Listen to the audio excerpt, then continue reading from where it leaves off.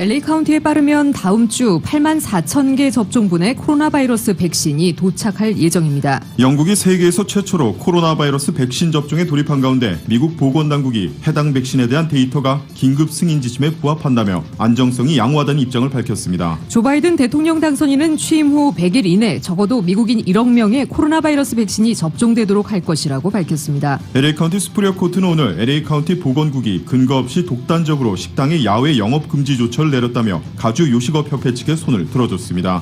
하지만 가주 정부가 발효한 자택 대피령으로 인해 이달 말까지 남가주 내 식당의 야외 영업이 금지된 상태라 어차피 이번 말까지 식당의 야외 영업은 어렵게 됐습니다. 오늘 남가주에 또다시 강풍으로 인해 산불 위험이 높아지면서 산불주의보가 내려졌습니다. 남가주 곳곳에 산불 방지를 위한 단전 조처가 이뤄졌습니다. 올해 코로나 팬데믹으로 많은 자영업자와 직장인들이 실업보험과 급여 보호 프로그램 등 다양한 경기부양책 혜택을 받으면서 과세 소득이 늘어나 예년보다 연말정산이 복잡해졌습니다. 조 바이든 대통령 당선인은 오늘 사성장군 출신의 로이드 오스틴 전 오중부 사령부 사령관을 국방부 장관에 공식 지명했습니다. 오스틴이 상원 인준청문회를 통과하면 미국 역사상 최초의 흑인 국방장관이 탄생합니다. 도널드 트럼프 대통령은 차기 행정부는 트럼프 행정부가 될 것이라면서 의회와 대법원에 조 바이든 당선인의 승리로 결론이 난 선거 결과를 뒤집어달라고 노골적으로 요구했습니다. 전기자동차 업체 테슬라 최고 경영자 일론 머스크가 20여 년간 일과 생활의 터전이자 실리콘밸리 고향인 캘리포니아주를 떠나 소득세가 없는 텍사스주로 이사한 사실을 공식 확인했습니다.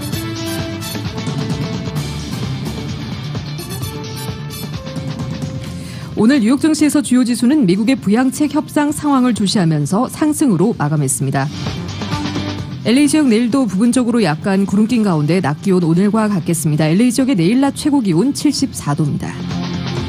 이상은 이 시간 주요 뉴스입니다. 이 시간 주요 뉴스는 공항에서부터 목적지까지 모바일 체크인과 첨단 공기순환 시스템을 통해 안전한 기내 환경과 여행을 제공하는 아시아나 항공 제공입니다. 애청자 여러분 안녕하십니까? 조희정입니다. 류민호입니다.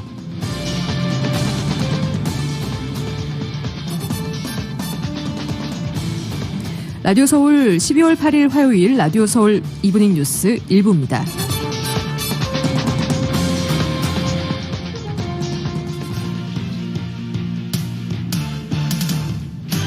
먼저 로컬 소식 알아봅니다. LA 카운티가 빠르면 다음 주 1차분 코로나 백신이 도착할 예정입니다. 2차분은 이달 21일경에 도착할 것으로 알려졌습니다. 백신 물량은 8만 4천 접종분으로 알려졌습니다.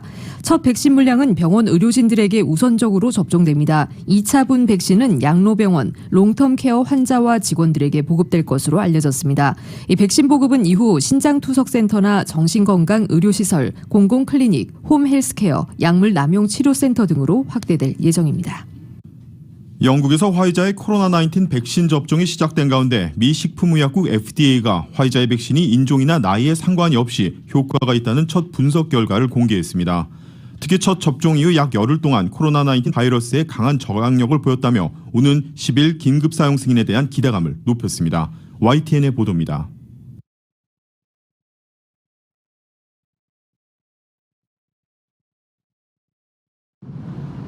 오는 10일 화이자 백신에 대한 긴급 사용 승인을 논의하기 위한 외부 전문가 회의를 앞두고 미 식품의약국 FDA가 세계 최초로 화이자 백신 임상시험에 대한 분석 결과를 공개했습니다. FDA는 화이자의 코로나19 백신이 남성과 여성 모두에서 높은 예방률을 보였다고 밝혔습니다.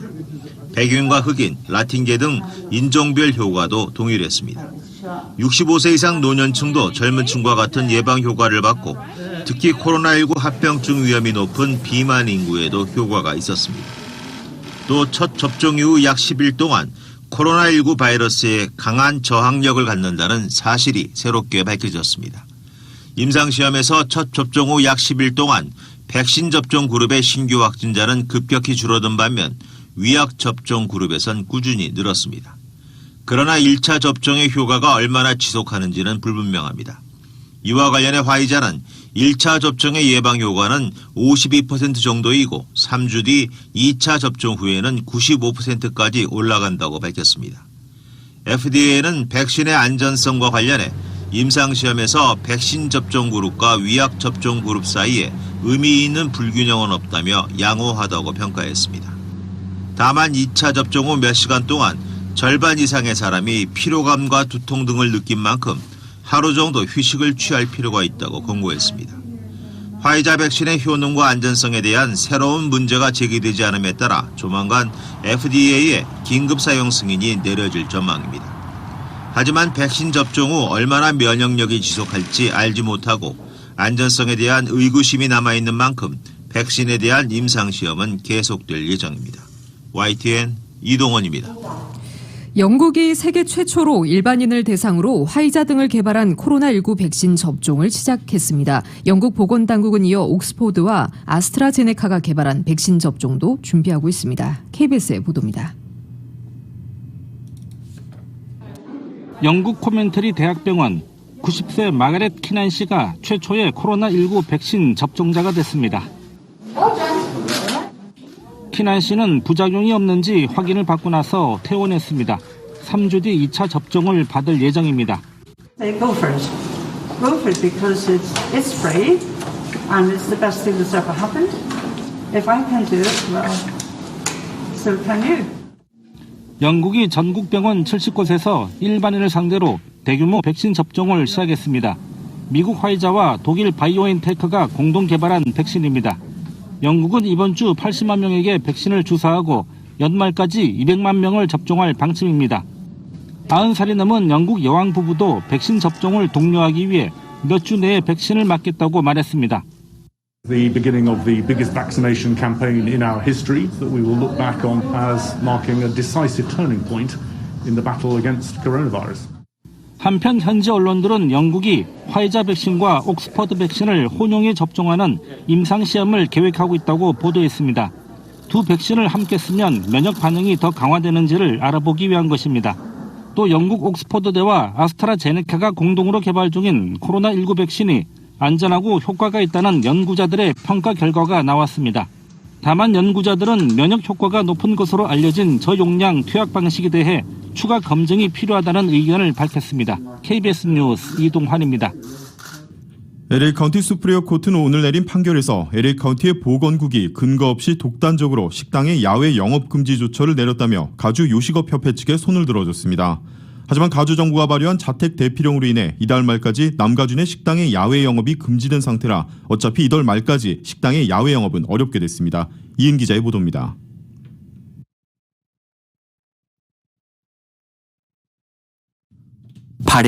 LA 수페리어 코트 판사는 LA 카운티 보건국이 식당 야외 영업 금지 조처를 시행하기 앞서 야외 영업에 따르는 위험 요소를 분석하지 않았다며 독단적으로 내린 결정이라고 판결을 내렸습니다. 수퍼리어 코트의 제임스 찰판트 판사는 카운티 보건당국이 발동한 식당의 야외 영업 금지 조처는 식당의 야외 영업과 코로나 바이러스 전파의 상관관계를 입증하지 못했다고 지적했습니다.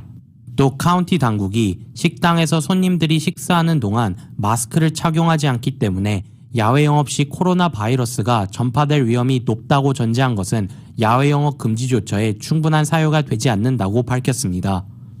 가주 요식업 협회가 제기한 소송에서 판사는 카운티 보건국의 조처가 부당하다며 요식업 협회에 손을 들어주었지만 당장 LA 카운티 식당들이 야외 영업을 재개할 수 있도록 허용하지는 않았습니다. 판사는 지난 일요일부터 발효된 가주의 자택금지령으로 남가주 전역에서 식당의 야외 영업이 금지된 상황이기 때문에 LA 카운티 내 식당도 이 명령을 따라야 한다고 판시했습니다. 하지만 주정부 자택 대피 명령이 종료되는 이달 27일 이후 LA 카운티 보건국이 카운티 내 식당의 야외 영업 금지 조처를 연장하려면 이를 뒷받침할 수 있는 증빙 자료를 제시해야 한다고 판결했습니다. 라디오 서울 뉴스 이은입니다. LA 카운티 셰리프국이 팜데일에서 대규모 파티가 열린다는 제보를 받고 출동해 파티에 참석한 주민 158명을 체포했습니다. 셰리프국은 대규모 파티는 현 상황에서 코로나 바이러스 전파 위험을 크게 높인다는 이유로 파티 참석자들을 체포했다고 밝혔습니다.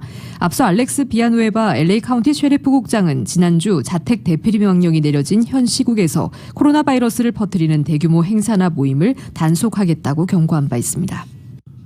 오늘 남가주에 또다시 강풍으로 인해 산불 위험이 높아지면서 산불 주의보가 내려졌지만 남가주 곳곳에 산불 방지를 위한 단전 조처도 이뤄졌습니다. 산타클라라 산간 지역에는 시속 60마일의 강풍이 예상되며 벤츄라 카운티, 산타바바라, 산루이스 오비스포 카운티 등은 오늘 밤 10시에 산불주의보가 해제됩니다. 기상청에 따르면 강풍은 오늘 밤부터 내일 오전 사이 잦아들 것으로 보이고 있습니다. 서던 캘리포니아 에디슨사는 강풍에 의한 산불 발생을 방지하기 위해 오늘 남가주 곳곳에 단전 조처를 결정했습니다. 현재까지 에디슨사는 LA 11,990여 가구와 오렌지 카운티 몇몇 가구에 단전 조처를 취했지만 추가로 LA의 37,200여 가구, 오렌지 카운티의 13,100여 가구에 단전 조처를 내리는 방안도 고려하고 있습니다.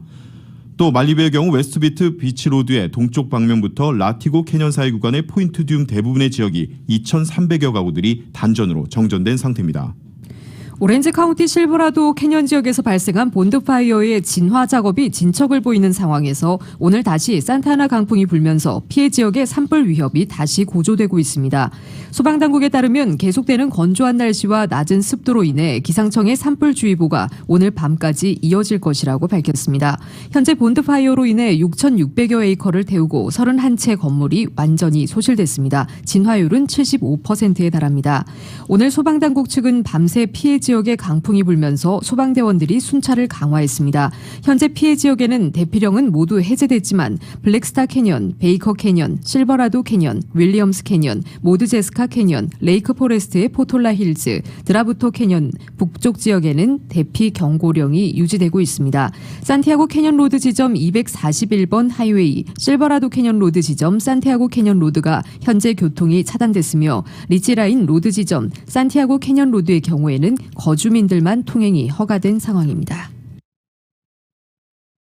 이 시간 들어온 속보입니다. LA 다운타운의 산페드로 스트릿과 워싱턴 블루바드에 위치한 비어있는 상업용 건물에서 대형 화재가 발생했습니다. 이번 화재로 인해 10번 프리웨이의 워싱턴 블루바드 지점 동쪽 방면 여러 개 차선들의 통행이 현재 차단되고 있습니다. 보다 자세한 소식 들어오는 대로 전해드립니다. 미국에서 최근 일주일간 코로나19로 목숨을 잃은 사람이 하루 평균 2,200여 명에 달하면서 지난 4월 이후 최고치를 기록했습니다. 오늘 존스 홉킨스 대학의 통계를 분석한 결과 최근 일주일간의 하루 평균 코로나19 사망자는 2,237명으로 집계됐습니다. 이는 미국에서 일주일간의 하루 평균 사망자가 가장 많았던 올해 4월 24일에 2,241명의 턱밑까지 이른 것입니다. 코로나19 사망자 증가는 통상 몇 주의 시차를 두고 이뤄지는 확진자 급증의 결과로 풀이되고 있습니다.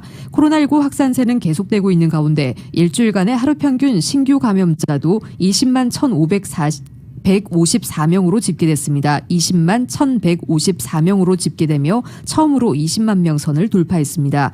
또 코로나19 추적 프로젝트는 7일 기준 병원에 입원한 코로나19 환자도 10만 2,140명으로 코로나19 사태 이후 최대치를 기록했다고 집계했습니다. 미국의 코로나19 환자가 단 5일 만에 100만 명이 증가하면서 누적 감염자 1,500만 명을 넘겼습니다. 조 바이든 대통령 당선인은 취임 후 100일 안에 1억 명에게 백신을 공급하는 등 확산세의 흐름을 바꿀 것이라고 강조했습니다. YTN의 보도입니다. 미국의 누적 확진자가 1,500만 명을 넘어섰습니다. 지난 3일 1,400만 명을 넘긴 지 꼭 닷새 만입니다. 확산 촉이 100만 명 늘어나는데 100일가량 걸리던 것이 불과 닷새밖에 걸리지 않은 셈입니다.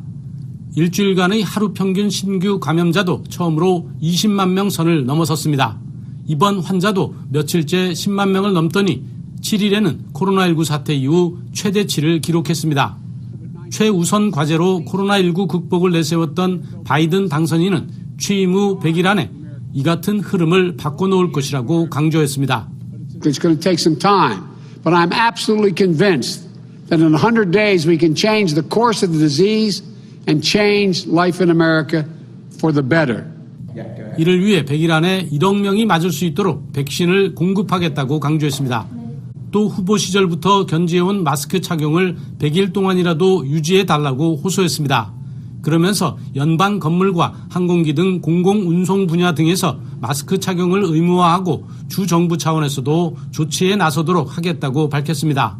It will start with my signing an order on day one to require masks where I can under the law, like federal buildings, interstate travel on planes, trains, and buses. I'll also be working with the governors and mayors to do the same in their states and their cities. 바이든 당선인은 특히 하비에르 베세라 보건복지부 장관 지명자 등 보건팀이 최고의 경험을 갖고 있다며 최근의 확산세를 돌려놓을 것이라고 자신했습니다. 워싱턴에서 YTN 강태욱입니다. 영국에서 화이자 백신 접종이 본격적으로 시작됐지만 전문가들은 아직 갈 길이 멀다며 긴장을 풀어서는 안 될 것이라고 촉구했습니다. 특히 WHO는 코로나19를 정복하는 데 있어 당장 더 중요한 것은 거리 두기와 손 씻기 등 기본적인 생활 방역이라고 강조했습니다. YTN의 보도입니다. 영국에서 세계 최초로 화이자 백신 접종이 시작된 첫날, 전국의 백신 접종 거점 병원들은 80세 이상의 고령자들로 붐볐습니다. 잉글랜드 뉴캐슬 지역에서는 이 부부가 첫 수혜자가 됐습니다. Congratulations. Thank you. 병원의 예방접종 책임자는 흥분된 감정을 감추지 못합니다. Feeling very emotional today. It is really quite remarkable. We, less than a year ago, were treating the first patient with COVID, and we are now able to give a vaccine. 백신 접종을 위해 잉글랜드 지역엔 50개 거점 병원이 지정됐습니다. 전문가들은 백신 접종 후 효과가 나타나려면 시간이 걸린다는 점을 강조했습니다. So I would expect sort of springtime, April, something like that, you start to see more return towards normality. Thereafter, it's going to take a while before you get to full normality. But 세계보건기구 WHO도 코로나19 사태 해결을 백신에만 의존하기엔 상황이 너무 심각하다며 지속적인 방역 노력을 거듭 촉구했습니다. Are a great tool. They will be very helpful, but the effect of the vaccine in providing some kind of immune barrier is still far off. 1년 내내 기다렸던 백신 접종이 이제 시작됐지만 정작 전문가들은 손 씻기와 거리 두기 등 기본적인 생활 방역의 중요성을 한층 더 강조하고 있습니다. YTN 박상남입니다. 화이자의 백신 긴급 승인이 임박한 가운데 트럼프 대통령이 백신은 미국인 먼저 접종 후 외국에 공급할 수 있다는 대통령 행정명령에 서명했습니다. 미국은 오늘 코로나19 확진자 1,500만 명을 넘어섰습니다. KBS의 보도입니다. 트럼프 대통령은 아무도 알 수 없다던 백신 개발을 자신의 행정부가 해냈다고 자랑했습니다. 이틀 뒤 화이자 백신의 긴급 사용 승인 자문회의가 열리는데 화이자 백신 효능이 발표대로 95%임을 확인하는 보고서가 나온 뒤입니다. 트럼프 대통령은 그런데 생산된 백신은 미국인이 먼저 쓰고 외국에 공급할 것이라는 행정명령에 서명했습니다. That the United States government prioritizes the getting out of the vaccine to American citizens before sending it to other nations. 화이자사를 비롯한 백신 개발 회사들이 외국 정부와 백신 공급 계약을 잇따라 맺으면서 미국도 백신이 부족할 수 있다는 우려 속에 나온 행정명령입니다. 계약을 추진하는 외국 정부 가운데는 한국도 포함되어 있습니다. 문제는 대통령 행정명령이 얼마나 효력이 있느냐입니다. 화이자사는 백신 개발에 미국 정부의 돈을 지원받지 않은 다국적 제약사입니다. 트럼프 행정부 백신 공급 최고 책임자도 행정명령 질문에 곤혹스럽습니다. Frankly, I don't know, and frankly, I'm staying out of this. I can't comment. I literally don't know. 공급에 문제가 없으려면 화이자에 이어 백신 개발사들의 백신 후보들이 아무 문제 없이 계획대로 공급돼야 합니다. 이 경우 8억 회 분량의 백신이 공급될 수 있다고 전문가들은 예상합니다. 바이든 당선인도 취임 후 100일 안에 1억 회 분량의 백신을 미국인이 접종받을 수 있게 하겠다고 밝혔습니다. At least 100 million COVID vaccine shots into the arms of the American people in the first 100 days. 이 역시 백신 승인과 공급에 문제가 없어야 한다는 전제가 깔려 있습니다. 워싱턴에서 KBS 뉴스 김웅규입니다. 올해 코로나 팬데믹으로 많은 자영업자와 직장인들이 실업보험과 급여보호 프로그램 등 다양한 경기부양책 혜택을 받으면서 과세소득이 늘어나고 있습니다. 예년보다 연말정산이 복잡해졌습니다. 정현호 기자가 올해 연말정산 팁 전해드립니다. 코로나 팬데믹으로 올 한해 한인 자영업자들이나 직장인들이 정부의 경기부양책에 의존하면서 급여보호 프로그램 PPP나 각종 실업보험, 로컬 정부로부터 자영업자 구제기금 등의 혜택을 입었습니다. 국민들에게 1인당 $1,200씩 현금 지원금은 과세 대상이 아니기 때문에 세금 보고할 필요가 없지만 그 외 4가지 종류의 실업보험 혜택은 모두 과세 대상이기 때문에 세금 보고해야 하는 항목들입니다. 주정부에서 받은 실업수당과 팬데믹 실업수당인 PUA, 연방정부가 제공한 $600 특별 실업수당, 그리고 팬데믹 이머전시 언임플로이먼트 컴펜세이션, PEUC 등이 이에 포함됩니다. 이외에 로컬 시정부나 카운티 차원에서 자영업자들과 저소득층 주민들을 대상으로 제공한 각종 팬데믹 그랜트의 경우에는 과세 대상인지 여부를 개별적으로 확인하면 됩니다. 강신용 공인회 계사입니다. 근데 확실한 것은 로컬 거버먼트에서 그랜트를 줄 때 W9이라고 그래가지고 받는 사람의 인포메이션, 이름, 소셜 스큐리티 넘버 또는 텍스 아이디 넘버, 그 다음에 주소, 이런 거를 달래는 데는 100% 텍스블인 과세 대상인 그랜트를 준 거라고 보시면 돼요. 많은 한인 비즈니스 업체들이 신청해 혜택을 입은 급여 보호 프로그램 PPP의 경우 PPP에서 충당된 직원 월급이나 렌트비는 세금 보고 시 비즈니스 지출로 계산되지 않습니다. 예를 들면 10만 불 중에 6만 불이 PPP 페이롤로 나가다면 페이롤 텍스는 페이롤 낸 것은 4만 불만 우리의 비용으로 계산을 해야 된다. 이런 말씀이에요. 렌트비도 마찬가지로 예를 들어서 렌트비가 12만 불이었는데 PPP로 40%, 예를 들면 4만 불 정도를 냈다고 하면 그거는 렌트비는 12만 불 중에 PPP로 사용한 4만 불을 빼고 8만 불만 우리가 비용으로 공제를 해야 된다. 이제 이렇게 이해하시면 맞습니다. 코로나 팬데믹 상황이라 예년에 없던 특혜도 생겼습니다. 코로나 팬데믹 관련 재해 비용으로 사용하기 위해 IRA에서 은퇴연금을 많이 인출했다 하더라도 벌금이 면제됩니다. 개인 은퇴연금 IRA를 더 많이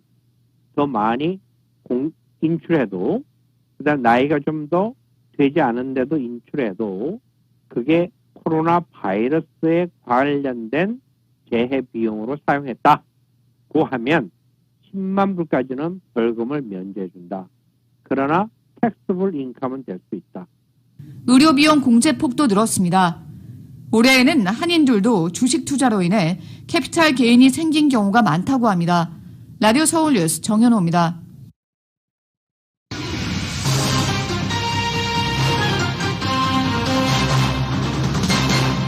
이어서 미국 소식입니다. 조 바이든 대통령 당선인은 오늘 사성장군 출신의 로이드 오스틴 전 중부 사령부 사령관을 국방부 장관에 공식 지명했습니다. 블룸버그 통신 등은 바이든 당선인이 이날 성명을 내고 지명 사실을 밝혔다고 보도했습니다.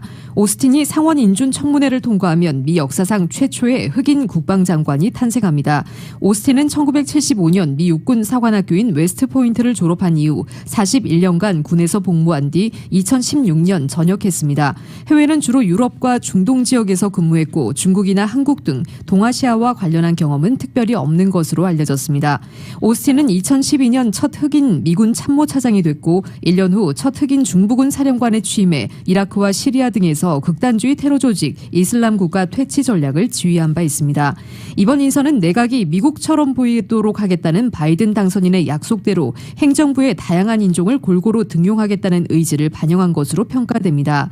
애초 언론들은 백인인 미셸 플루노이 전 국방부 정책 담당 차관이 첫 여성 국방장관 지명자로 유력하다고 보도했지만 결국 오스틴이 낙점을 받았습니다.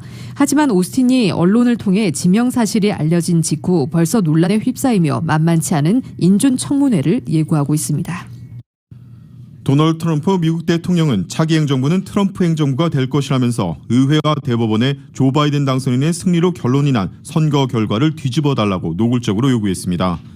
트럼프 대통령은 오늘 백악관에서 가진 백신 최고회의 브리핑에서 다음 행정부가 백신 배포를 책임질 텐데 왜 바이든 인수위를 초청하지 않았느냐는 기자의 질문에 우리가 경합주에서 이겼기 때문에 다음 행정부가 누구인지 봐야 할 것이라고 답했다고 워싱턴 포스트와 CNN이 보도했습니다.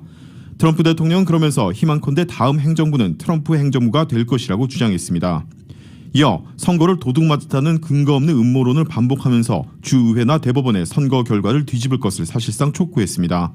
한편 CNN은 임기가 끝나가는데도 권력에 집착하는 노골적인 호소라고 했고, 워싱턴 포스트는 트럼프는 거의 모든 소속이 기각되고 있는데 이 나라 모든 이들이 선거가 도둑맞았다고 믿는다는 거짓말을 하고 있다고 비판했습니다. 공화당이 장악한 텍사스 주정부가 조 바이든 대통령 당선인이 승리한 경합주 4곳을 상대로 대선 무효 소송을 제기했습니다.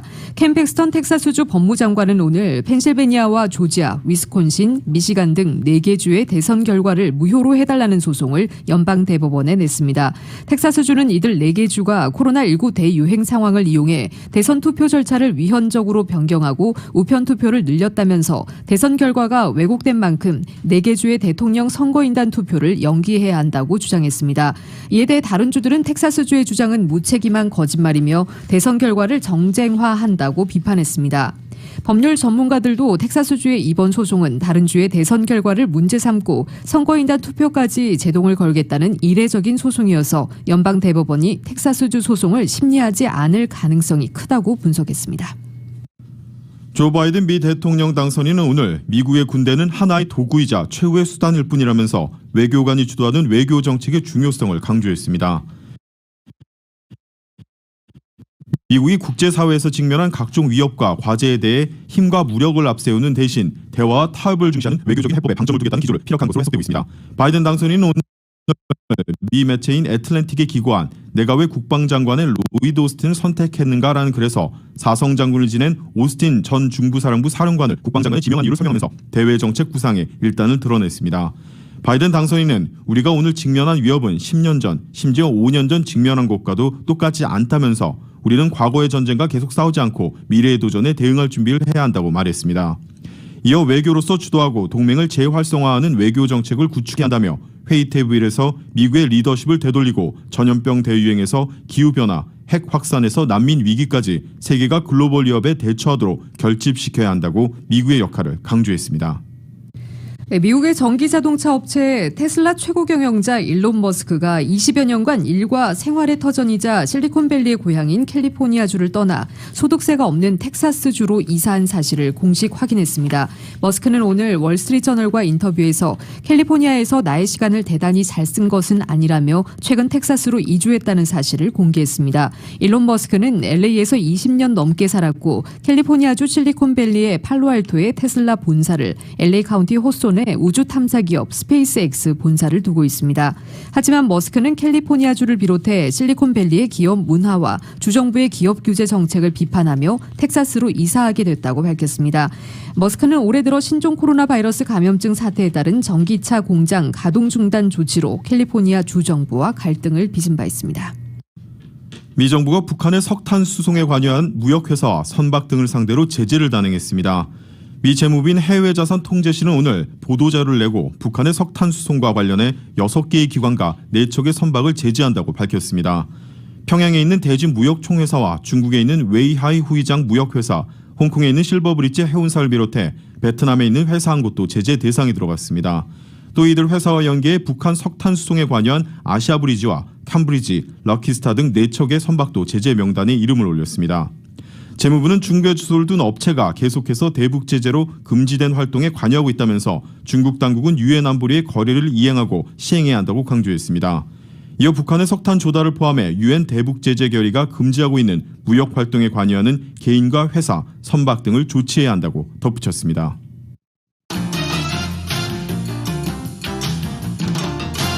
조금 전 보도해드린 LA 다운타운 화재 발생 소식 조금 상세하게 업데이트해드립니다. LA 다운타운의 산페드로 스트릿과 워싱턴 블루바드에 위치한 비어있는 2만 스퀘어피트 규모의 1층짜리 상업용 건물에서 오늘 오후 4시 10분경 대형 화재가 발생했습니다. 100여 명의 소방대원들은 현재 화재 진압에 나섰습니다. 진압에 나선 지 15분 만에 건물이 무너져 내렸지만 다친 소방대원은 없습니다. 이번 화재로 인해 현재 10번 프리웨이의 워싱턴 블루바드 지점 동쪽 방면 여러 개 차선 들의 통행이 차단되고 있어 이 구간 심한 정체 이루어지고 있습니다. 10번 이스트 방향 참고 이 구간 지나실 분들 운전자분들 참고하시는 것이 좋겠습니다. 미주 한인사회 쇼핑 트렌드에 새로운 변화가 시작됩니다. 미주 한인들을 위한 아마존 스타일의 홈쇼핑이 탄생했습니다. 최신 트렌드에 맞는 발빠른 상품 업데이트로 언제든 최신 상품의 쇼핑이 가능하고 까다롭고 엄격한 제품 선정을 통해 최상의 품질을 보장합니다. 인터넷이 어렵다고요? 친절하고 전문적인 고객 서비스에서 상담부터 결제까지 도와드립니다. 로그인 필요 없이 복잡한 주문 프로세스를 모두 없앴습니다. 이제 한국 제품 미국 내 쇼핑은 한국 홈쇼핑이 최고입니다.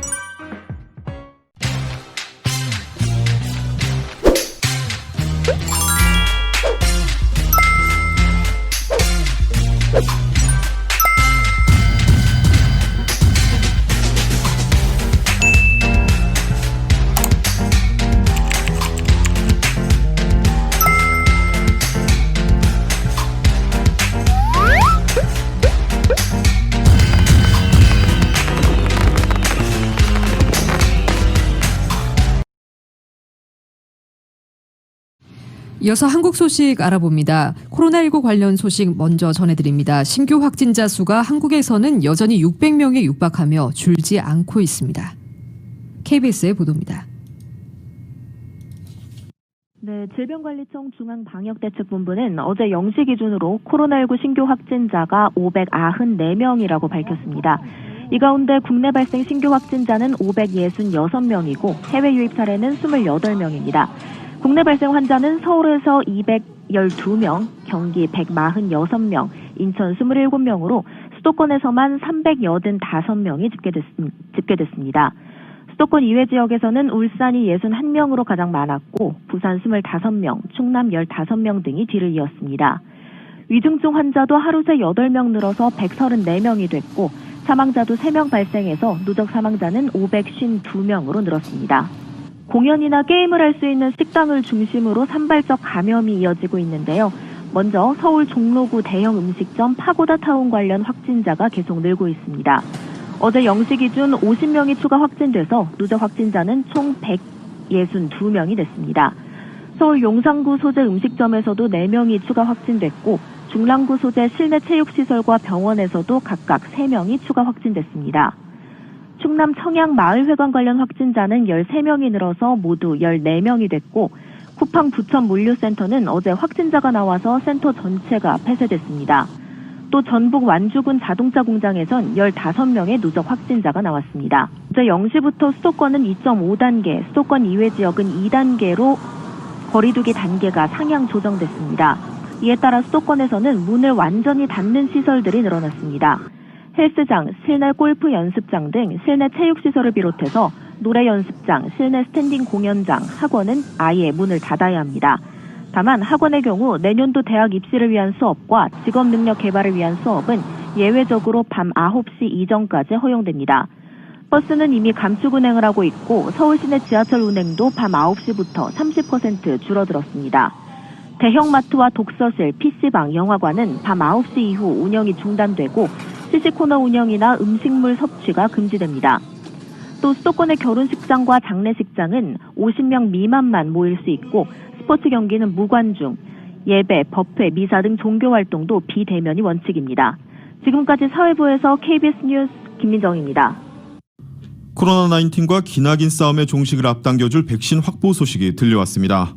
한국 정부는 전 국민의 85%가 맞을 수 있는 코로나19의 백신을 미리 구매하기로 확정했습니다. 전 국민의 60%만 접종해도 집단 면역이 형성돼 코로나19의 종식을 앞당길 수 있지만 이보다 더 많은 양입니다. KBS의 보도입니다. 정부가 확보한 코로나19 백신은 4,400만 명분, 전 국민의 85%가 접종할 수 있는 분량입니다. 이 가운데 3,400만 명분은 글로벌 제약사들과 개별 협상을 통해 공급합니다. 두 차례 접종이 필요한 아스트라제네카와 화이자, 모더나 백신은 각각 2천만 회분, 3천만 명 분량을 들여옵니다. 한 번만 맞으면 되는 얀센은 400만 회분을 확보했습니다. 나머지 1,000만 명분은 국제 백신 공동구매 연합체인 코백스 퍼실러티를 통해 구입합니다. 초저온 상태에서의 유통 등 준비해야 할 것도 많습니다. 초저온을 필요로 하는 그런 백신에 대해서는 그런 별도의 접종센터를 만들거나 또는 기존의 시설을 개조해서 특히 백신의 안전성에 대해선 전문가들의 자문을 거쳐 제약사를 선정했다고 강조했습니다. 백신 물량 확보가 늦었다는 일부의 지적에 대해선 사망사고도 있었던 만큼 꼼꼼한 검토 절차를 거쳐야 했다고 설명했습니다. 백신을 맞고 나서 감염되었을 때 오히려 질병이 악화될 수 있지 않을까라는 현상을 굉장히 걱정을 했었는데 현재까지 임상 3상 결과가 공개된 바에 의하면 그런 현상이 보이지 않고 있습니다. 정부는 취약계층과 의료기관 종사자, 코로나19 1차 대응 요원 등 우선 접종 권장 대상자부터 무료로 백신 접종을 추진할 계획입니다. KBS 뉴스 이효연입니다. 논란의 공수처법 개정안이 어제 법제사법위원회를 통과했습니다. 민주당은 속전속결로 처리를 강행했고 국민의힘은 반발했지만 수적 열세를 절감해야 했습니다. 민주당은 오늘 본회의에서 공수처법을 첫 번째 안건으로 올릴 예정입니다. KBS의 보도입니다. 국민의힘의 거친 항의 속에 공수처법 개정안이 법사위 전체 회의를 통과했습니다. 토론 없는 속전속결, 10분도 걸리지 않았습니다. 과반 찬성으로 법안이 의결되었습니다.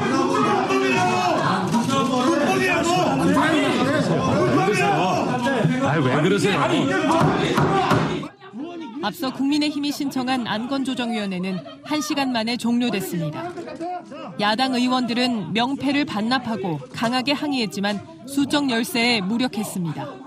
더 이상 우리를 덜러리 세우지 말라고요. 개정안은 공수처장 후보 추천 의결 기준을 지금의 7명 중 6명에서 3분의 2, 즉 5명으로 완화했습니다. 국민의힘 측 추천위원 2명이 반대해도 공수처장 임명 가능해집니다. 또 공수처 검사 조건은 변호사 자격 10년에서 7년으로 내렸고 재판이나 수사 경험이 없는 사람도 검사로 임명할 수 있습니다. 개혁의 과업이라는 것은 대단히 고통스럽지만 또한 영광스러운 일입니다. 기꺼이 그 일을 저는 하겠습니다. 선출된 권력이 어떻게 삼권 분립의 헌법 정신을 훼손하고 권력을 농단하고 있는지 똑똑히 목도하고 있습니다. 민주당은 공수처법 개정안을 오늘 오후 본회의 첫 번째 안건으로 올릴 예정입니다. 국민의힘은 무제한 토론으로 표결을 저지하겠다는 계획인데 24시간이 지나면 민주당이 표결로 토론을 종결하고 법안 처리를 시도할 수 있습니다. KBS 뉴스 신지혜입니다. 어제 오브라이언 백악관 국가안보 보좌관이 중국이 대북 제재를 허술하게 해왔다면서 강도 높게 비난했었습니다. 일부 언론에선 북한과 중국이 위성 감시 등을 의식하지 않고 석탄 무역을 재개한 듯한 사진도 공개했었는데요. 오늘은 미 재무부가 북한의 석탄 수출과 관련해 북한은 물론 중국과 베트남, 홍콩 기업까지 제재 대상에 올렸습니다. KBS의 보도입니다. 미 재무부가 제재 대상에 올린 북한 기업은 평양의 대진 무역회사입니다. 미 재무부는 이와 함께 중국의 웨이하이 후이장 무역회사, 그리고 홍콩과 베트남 소재 무역회사 등 6개 회사의 이름을 제재 명단에 올렸습니다. 북한산 석탄 수출을 전면 금지한 유엔 안보리 결의를 위반했다는 이유입니다. 석탄 운반에 관여했다는 이유로 선박 4척도 이름이 올랐습니다. 북한이 있는 타격보다 중국 등 다른 나라 업체들의 타격이 심할 것으로 보입니다. 북한의 대진 무역회사는 북한 노동당 산하의 수많은 무역회사 가운데 하나로 추정됩니다. 따라서 대진 무역에 손발이 묶여도 다른 회사가 나설 수 있지만 중국과 홍콩, 베트남 회사들은 사정이 다릅니다. 이렇게 되면 관련 회사들은 국제 금융 시스템에서 사실상 손발이 묶이게 됩니다. 대북 제재를 이행하라는 명분하에 대중 압박의 메시지가 강해 보이는 이유기도 합니다. 중국이 북한에게 뒷문을 열어놓고 있다며 비난하는 미국 당국자들의 발언 강도는 이달 들어 부쩍 높아지고 있습니다. They are seeking to undo the UN sanctions regime they themselves voted for in 2006, in 2009, in 2013, in 2016, and in 2017. They are seeking to revive trade links and revenue transfers to the North, thereby ensuring Chinese reach into the North's economy. 바이든 행정부의 이행기, 트럼프 행정부의 대북 대중 압박의 강도는 새 정부 출범 전까지 더 거세질 수 있다는 분석이 나오고 있습니다. 워싱턴에서 KBS 뉴스 금철영입니다. 미주 한인사회 쇼핑 트렌드에 새로운 변화가 시작됩니다. 미주 한인들을 위한 아마존 스타일의 홈쇼핑이 탄생했습니다. 최신 트렌드에 맞는 발빠른 상품 업데이트로 언제든 최신 상품의 쇼핑이 가능하고 까다롭고 엄격한 제품 선정을 통해 최상의 품질을 보장합니다. 인터넷이 어렵다고요? 친절하고 전문적인 고객 서비스에서 상담부터 결제까지 도와드립니다. 로그인 필요 없이 복잡한 주문 프로세스를 모두 없앴습니다. 이제 한국 제품 미국 내 쇼핑은 한국 홈쇼핑이 최고입니다.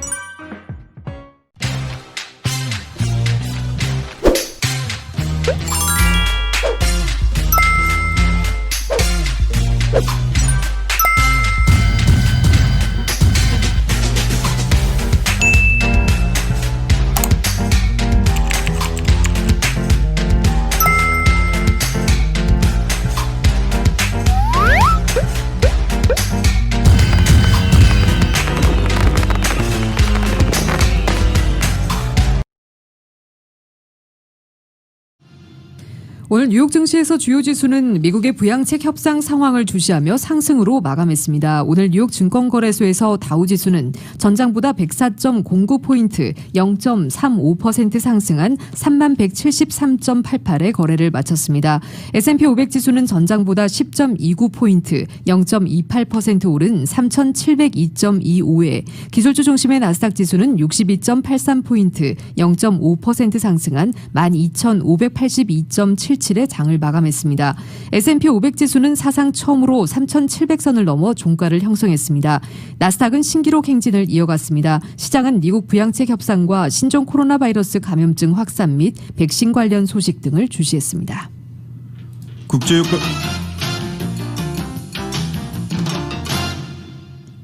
국제유가는 오늘 신종 코로나 바이러스 감염증 확산에 따른 수요 위축 우려로 주춤거렸습니다. 뉴욕 상업거래소에서 내년 1월 인도분 서부 텍사스산 원유는 배럴당 0.4% 떨어진 $45 60센트에 거래를 끝냈습니다. 미국에서 가장 인구가 많은 캘리포니아주를 비롯해 독일과 한국 등이 코로나 확산을 차단하기 위한 엄격한 방역 조치를 잇따라 도입한 것이 원유 수요를 위축시킬 것이라는 전망을 뒷받침했습니다. 한편 런던 ICE 선물거래소의 내년 2월분 브렌트유는 오후 3시 현재 배럴당 0.16% 오른 $48 87센트에 거래되고 있습니다. 주가 고공행진을 이어가고 있는 미국의 전기자동차 업체 테슬라가 5조 4천억 원 규모의 유상증자 계획을 발표했습니다. 테슬라는 오늘 주식 공모를 통해 50억 달러의 자본을 추가로 조달할 계획이라고 밝혔습니다. 테슬라의 이번 증자 규모는 시가총액 6,107억 달러의 1% 미만으로 지난 9월 50억 달러 공모에 이어 3개월 만입니다. 테슬라는 미국 증권거래위원회에 제출한 유상증자 계획서에서 추가 주식 물량을 시장에 한꺼번에 내놓지 않고 조금씩 분산해서 공모하겠다고 밝혔습니다. 테슬라 주식 공모는 글로벌 투자은행인 골드만삭스 등 10곳을 통해 진행되며 공모 주관사들은 0.25%의 수수료를 받게 됩니다. CNN 방송은 테슬라는 주가 급등기를 활용해 이전에도 몇 차례 증자를 해 자금을 조달한 적이 있다고 전했습니다.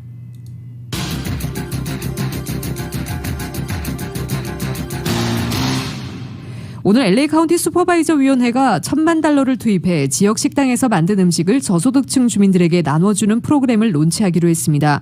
슈퍼바이저 측은 코로나19 확진자가 계속해서 증가하고 있지만 카운티 정부가 농업과 요식업에 종사하는 주민들을 돕기 위한 방안으로 나온 것입니다. 만일 LA 카운티의 케어스 액트 펀드에 쓰지 않는 기금이 있다면 남은 기금으로 로컬 식당을 지원해 식당에서 만든 음식을 팬데믹 기간 동안 어려운 주민들에게 제공하는 방안입니다. 선밸리에서 대형 가로수가 강풍으로 인해 쓰러졌습니다. 선밸리 지역 아그네스 애비뉴 인근 12,000블락 엘쿠드 스트릿에 위치한 100피트 높이의 대형 소나무가 강풍에 의해 쓰러졌습니다. 당국은 쓰러진 나무로 인해 전력선들이 끊어졌지만 현재 화재와 인명피해, 건물 피해는 보고받지 않았다고 전했습니다.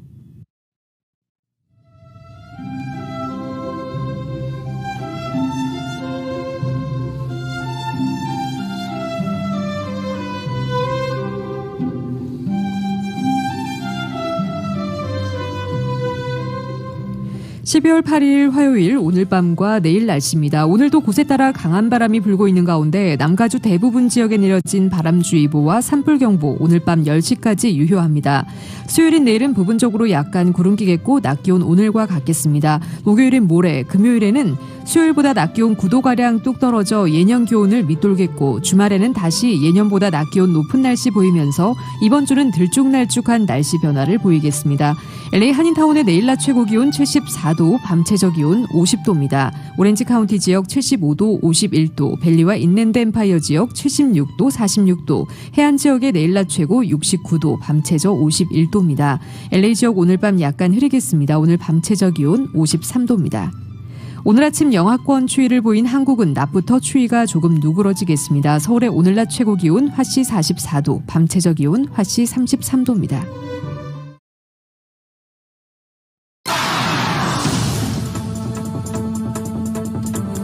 이상으로 12월 8일 화요일에 보내드린 라디오 서울 이브닝 뉴스 1부와 2부를 모두 마칩니다. 지금까지 진행의 조희정, 류민호였습니다. 편안한 저녁 되시기 바랍니다.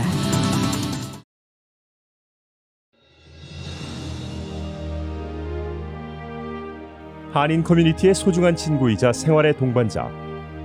라디오 서울이 개국 28주년을 맞았습니다. 1903년 한인들이 하와이에 첫 발을 내디딘 이래로 미주 한인 커뮤니티는 지금껏 쉼없이 성장해 왔습니다. 부딪히고 좌절하고 힘겨울 때 우리에게 가장 큰 힘이 되어준 것은 서로를 향한 격려와 응원이었습니다. 한인 커뮤니티와 더불어 성장한 라디오 서울.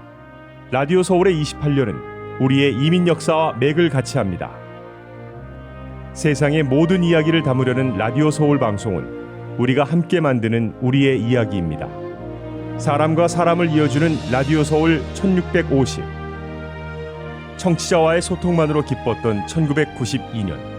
그리고 28년이 지난 지금 라디오 서울은 멀티미디어 그룹으로 거듭났습니다.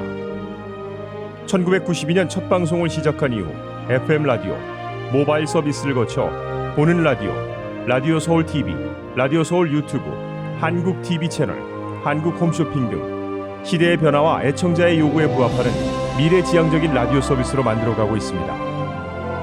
특히 코로나19 바이러스가 가져온 세계적인 팬데믹은 우리의 삶의 방식을 바꿨으며 다가올 미래에는 더욱 진화된 방송이 요구될 것입니다. 이에 라디오 서울 방송은 다가올 새로운 시대를 대비하여 N스크린 멀티 디바이스 방송으로 다시 태어났습니다. 때와 장소를 불문하고 어떠한 기기로도 듣고 볼 수 있는 방송이 라디오 서울이 추구하는 N스크린 멀티 디바이스 방송입니다. 24시간 늘 깨어있는 방송, 눈과 귀가 함께하는 방송, AM 1650, FM 106.3 라디오 서울 방송. 미국 내 다양한 이슈를 생생하게 전달하는 강혜신의 오늘의 미국. 기분 좋은 아침, 반짝이는 하루를 선사하는 이영돈 선우의 좋은 아침, 좋은 하루. 나른한 오후 활력을 전하는 싱글벙글쇼와 라디오 콘서트. 빠르고 정확한 뉴스, 지구촌 소식을 실시간 전하는 모닝뉴스와 이브닝 뉴스. 한국TV와 유튜브로 이원 방송하는 조희정의 한국 홈쇼핑 리뷰. 라디오 서울은 당신의 또 다른 가족입니다. 사람과 사람을 이어주는 방송, 들으면 행복해지는 라디오 서울. 지금까지의 28년이란 밑거름을 통해 앞으로 희망이 이루어지는 아름다운 세상을 만들어 가겠습니다. 라디오 방송의 한계를 넘어 N스크린 방송으로 더 멀리, 더 높이 세상 보는 눈을 키우는 최고의 방송, 라디오 서울.